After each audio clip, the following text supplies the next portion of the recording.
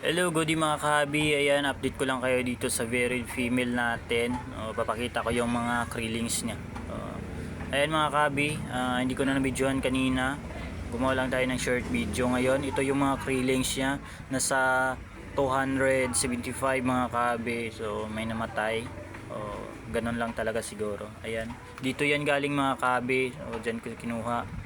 At lilipat natin dito kasi yung unang pinaglagyan natin medyo napansin ko mabaho na, kaya nilipat natin. So ayan yung backyard natin, pasilip natin konti. Yan mga kahabi, halos naman lahat sila healthy naman mga kahabi. Sana mapadami natin to at lahat sila ay magsa-survive. So update ko kay mga kahabi after 1 month siguro. Ayan.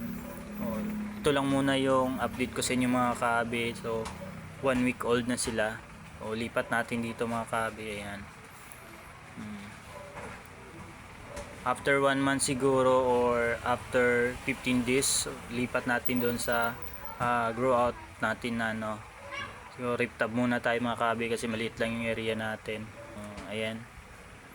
So maraming salamat nga pala sa mga kahabi natin at sa inyong lahat, sa mga walang sawang sumusuporta sa video ko. So ayan, sana ma-inspire ko kayo, lalo na sa mga baguhan nating kahabi na gustong mag-aalaga ng creepies o kaya mga isda, mga guppies, molly o beta. Ayan, tuloy lang, enjoyin lang yung mga hobby natin. So, thank you, God bless and happy peacekeeping all.